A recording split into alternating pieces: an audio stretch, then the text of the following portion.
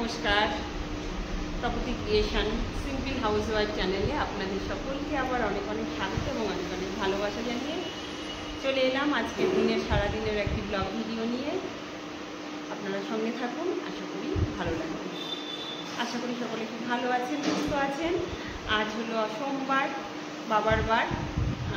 তো আমি তো সোমবার করি, আমার বাড়িতে মন্দির আছে, তো পুজো দিলাম। আর আজ হলো ফলাহারিণী অমাবস্যা। তো দুটো একসঙ্গে পড়ে গেছে। নৈহাটির বড় মায়েরও খুব পুজো করি, খুব মানি নৈহাটির বড় মায়। তো আমি আজ ওখানে অনুপস্থিত, না হলেও মায়ের পুজো দিতাম, কিন্তু আমার হয়ে আমার ফ্যামিলির একজনকে দিয়ে পুজো দেওয়া দিয়েছি। তো খুব ভালো লাগছে ওই জন্য যে আমি আমার ছেলের নামে মায়ের কাছে আজ পুজো দিতে পারলাম। আর ওখানের পুজো সম্পূর্ণ হলো, আমাকে ফোন করলো, তারপরে আমি আমার ঘরে পুজো দিয়ে এই যে প্রসাদ নিয়ে বসেছি। ঘরে একটু আম আর আপেল দিয়ে, এমনি সোমবার, আবার বড় মা আছে আমার কাছে, আজ ফলাহারিণী অমাবস্যা। তো এই শুরু করলাম, স্নান পুজো সব সেরে প্রসাদ নিয়ে এখন প্রসাদ খাবো, খেয়ে রান্নাঘরে যাব। পুরো ভিডিওটার সঙ্গে থাকুন, দেখতে থাকুন, আশা করি ভালো লাগবে। আর যদি কোথাও আমার ভিডিওটি ভালো লেগে থাকে, আমার চ্যানেলটি সাবস্ক্রাইব করে আমার পাশে থাকবেন। তাহলে চলুন এখন প্রসাদটা খেয়ে জল খেয়ে রান্নাঘরে যাই। ছেলে আসার সময় হয়ে গেছে, আজকে বেশি কিছু করবো না। আমি তো ভাত খাবো না, এমনি বড় মায়ের ওখানে পুজো দেওয়া হয়েছে আমার নামে, তারপরে ছেলের নামে। আবার সোমবার আমি এমনি অনেক সোমবার ভাত খাওয়া ছেড়ে দিয়েছিলাম, মাঝে এখানে এসে খাচ্ছিলাম।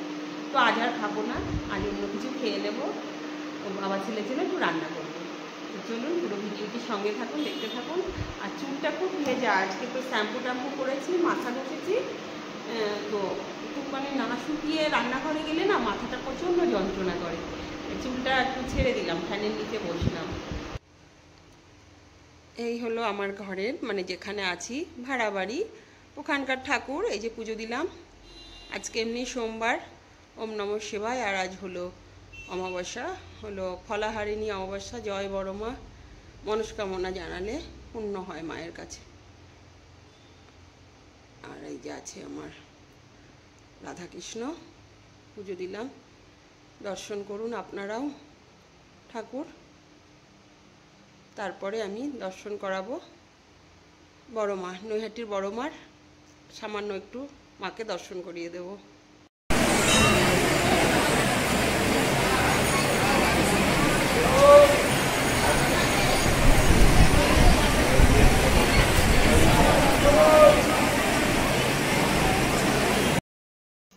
রান্নাঘরে অনেকক্ষণ আগেই চলে এসেছি, একটু প্রসাদ খেতে বসলাম। প্রসাদ খেতে খেতে আর কি ভাতটা আর এই যে ফুলকপি আলুর ডালনা করবো, ওটা বসিয়ে তারপরে আমি গেলাম একটু প্রসাদ খেতে।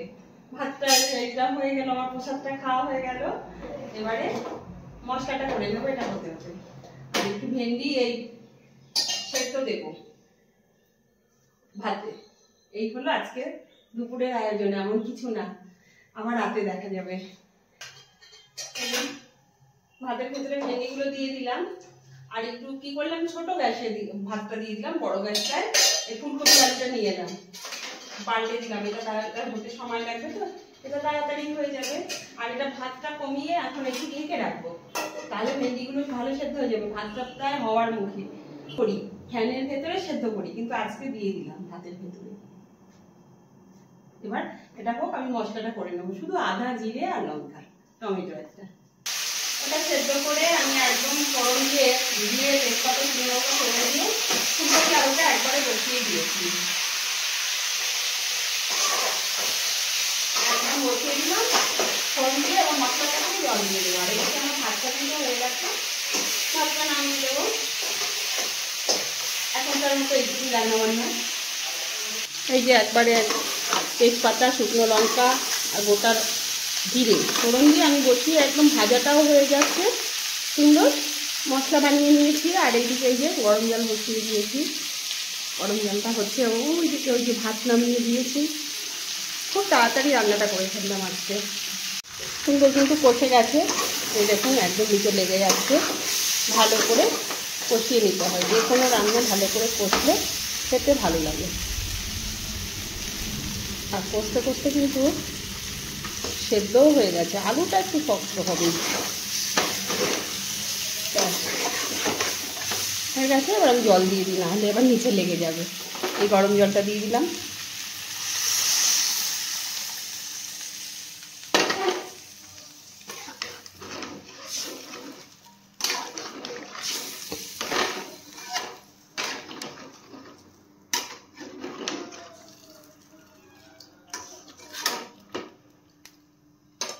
এবার ভাতটা উঠিয়ে ভেন্ডিটা মেখে নেব, ঝোলটা ফুটুক। ঝোলটা কিন্তু হয়ে গেছে, আর একটু ফুটিয়ে মানে ঝোলটা কমিয়ে একটু আলু ভেঙে দিয়ে নামিয়ে নেব। ভেন্ডি সেদ্ধ আর ফুলকপি আলু ডালনা এই হলো দুপুরের আয়োজন। বাবা ছেলেকে খেতে দিয়ে এলাম, খাচ্ছে। এবার আমি আমার জন্য এই যে একটু ময়দা মেখে নিচ্ছি। এখন একটু লুচি করে খাবো, আর রাতের জন্য থাকবে। একবারেই মেখে নিলাম, রাতে ওর বাবার আমার হয়ে যাবে, ছেলে তো ভাত খাবে একটু, এই জন্য এখন একটু করে নিই, ওদের খেতে দিয়ে দিলাম। ওরা নিশ্চিন্তে খাক, এখন আমিও নিশ্চিন্তে ধীরে সুস্থে করে নেব। মাথাটা হয়েই গেছে, একটু তেল মাখিয়ে 5 মিনিট একটু রেখে দিলাম। ময়দাটা মেখে একটু রেখে দিলে লুচিটা ভালো হয়, লুচি পরোটা সবকিছু ভালো হয় আর কি। আর খুব স্মুথ, মানে খুব নরম করে মেখেছি, সফট হয়েছে একদম। এবার একটুখানি রেস্টে থাকলে আরো ভালো হয়ে যাবে, খুব নরম হবে। লুচিগুলো কিন্তু দারুণ ফুলছে, দেখুন একদম দারুণ ভাবে ফুলছে। লুচি ভাজার সময় যদি না ফোলে না, লুচি কিন্তু খেতে ভালো লাগে না, তাই না? এটা একটু বেশি হয়ে গেল, একটু কমিয়ে দিলাম। যে কটা লুচি দিচ্ছি সব কটা লুচি কিন্তু ফুলছে। মাথার উপরে অনেকটা সময় দেখা যায় যে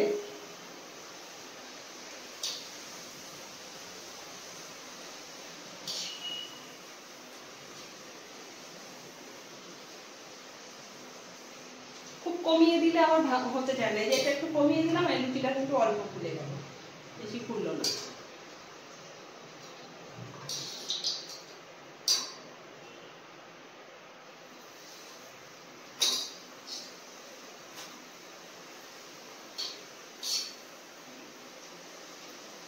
যে কটা লুচি খাবো ভাজা হয়ে গেছে, এবারে খেয়ে নেবো।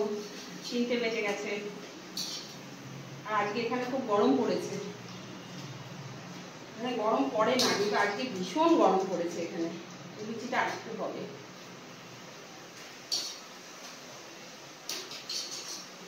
আমি খুব সাদা সাদা খেতে পারি, পুরো ময়দার লুচি সাদা হওয়া উচিত, কিন্তু আমি পুরো সাদা লুচি খেতে পারি না। একটু লাল লাল নেওয়া হলে না, আমি খাবো তো, ওই জন্য আমার মন মতোই করছি আর কি। হয়ে গেছে, চলুন।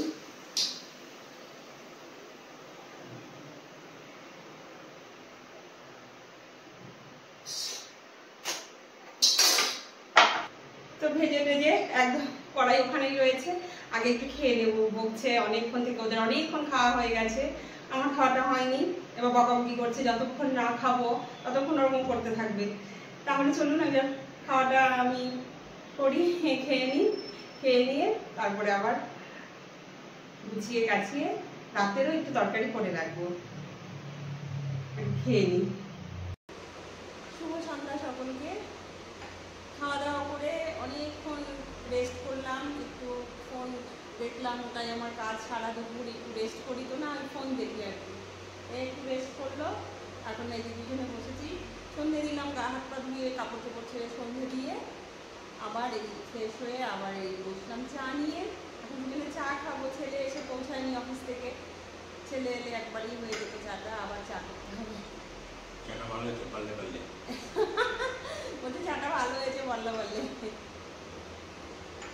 যাই হোক, এইভাবেই আমার সারাটা দিন কেটে যায়। এখন যাবো, দুটো শাড়ি ভাঁজ করবো, ঘরে এলোমেলো হয়ে আছে, ভাঁজ করে তারপরে রান্নাঘরে যাবো। আর আলু কুমড়ো তরকারি আর লুচি। এখন ছেলে কি খায় জানি না, এ তো বললো খাবে। এখন ছেলে যদি না খায়, সেটা অনেক সময় খেতে চায় না, অ্যাসিড হয়ে যায়, কালকে আমার অফিস আছে। তুমি খাও তো? করলে করো, কেন রুটি থেকে রুটি করা যায়? রুটি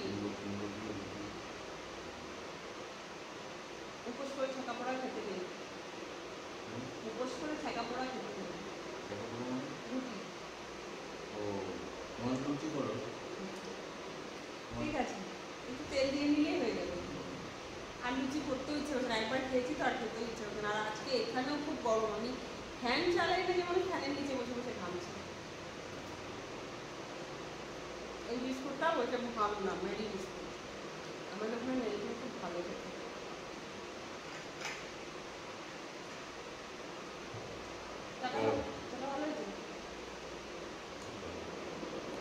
আমরা তো লিকার চা খেতে পারি না, দুধ চা, দুধ চা খুব ভালো লাগে আমাদের খেতে।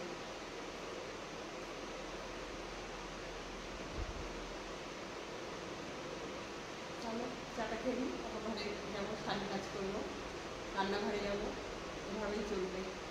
সকাল থেকে এভাবেই চলে যায় আর কি দিনটা, বেশ ভালো আছে। চা খেয়ে চলে এলাম ঘরে। ওই যে দুটো শাড়ি রয়েছে, ভাঁজ করব, ভাঁজ করে তারপরে এলোমেলো থাকবে না, আমার একদম ভালো লাগে না।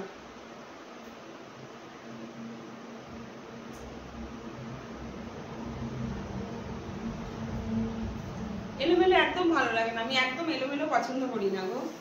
আমার সবসময় গোছানো থাকবে, তাহলেই ভালো লাগে।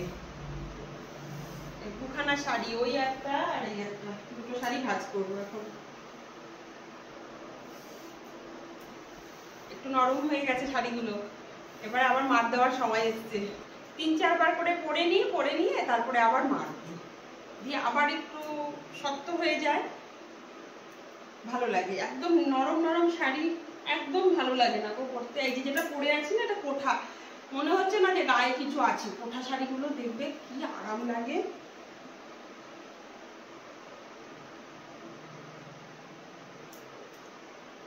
কোঠা শাড়িগুলো কিন্তু পরে খুব মজা, খুব মজা, খুব আরাম লাগে। আর আমার সব শাড়ি, আমি কোনো সিল্কের শাড়ি বা ওই জড়ি টড়ি শাড়ি না একদম পরতে পারি না গো। জড়ি টড়ি শাড়ি বা চুমকি বেশি সিল্ক, এগুলো আমি একদম পরতে পারি না, আমার পুরো কটন ভালো লাগে। শাড়ি টাড়ি ভাঁজ করে চলে এলাম আবার রান্নাঘরে। সেই রান্নাঘর 8টা বেজে গেছে, এবং আস্তে আস্তে তরকারিটা করতে থাকি। কুমড়ো আর আলু দিয়ে তো মাখা মাখা তরকারি করব, আর রুটি লুচি যাই হোক হবে।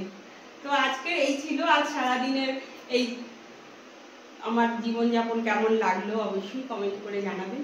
ভালো লাগলে আমার চ্যানেলটি সাবস্ক্রাইব করে আমার পাশে থাকবেন।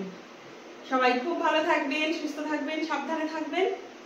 আবার নতুন কিছু নিয়ে আপনাদের সকলের সামনে আমি তপতি হাজির হয়ে যাব। সবাই খুব ভালো থাকবেন। নমস্কার।